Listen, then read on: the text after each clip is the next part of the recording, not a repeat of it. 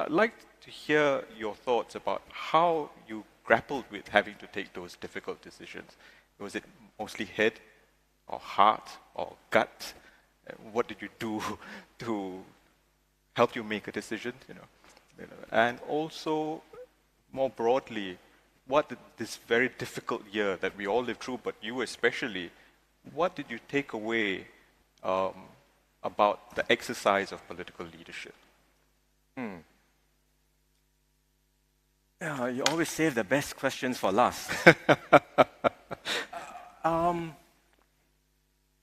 It's certainly not about deciding by gut, right? I don't trust my own gut. So I have obviously gut reactions to anything that comes up, but in decision making, in a situation like this, it is not just based on instincts. You've got to look at data, you've got to look at evidence, and we have a whole team of people helping us, experts, scientists, advising us. So we bounce ideas off them very rapidly, constantly almost.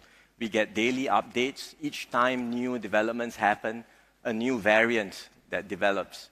Is there a risk? Is there no risk? Should our measures be updated? It's a constant daily affair. This has been my life for the whole of last year, and it continues to be, possibly for the whole of this year. It's a constant daily affair, tracking these developments, getting inputs from a whole range of different people, sensing, as you said just now, also the public mood, public sentiments. Not so much that that public sentiments would shape or would impact on the policies per se, because the policies first and foremost have to be determined by what's right from a public health point of view. But to some extent, the implementation of the policies do depend on the public acceptance of these measures. And that's a judgment. If the sense is the public is not prepared to accept the measures, we can talk about having new measures, but if the compliance rate is very low, then it's not going to be effective. So we have to think through a whole gamut of different issues before we develop any new measures. That's the very challenging, almost exhausting part of the work. But I think it's more than just about me. It's really a whole team effort behind this.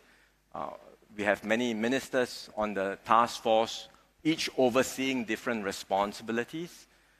DPM Heng is the advisor to the task force. He provides us with useful inputs and guidance. SMTO as well. And then we have an excellent team of public officials across the entire government, across different ministries and agencies, all working together. And we've had to sort of ramp up very quickly at the start of the crisis, but by now, the processes are much better. The interagency coordination work is much more efficient. So it's that kind of work that continues, and we will have to keep on adjusting, keep on monitoring the situation. Never quite sure what will throw up, what new uncertainties will throw up the next day. Right? So this is just part of dealing with a crisis like that.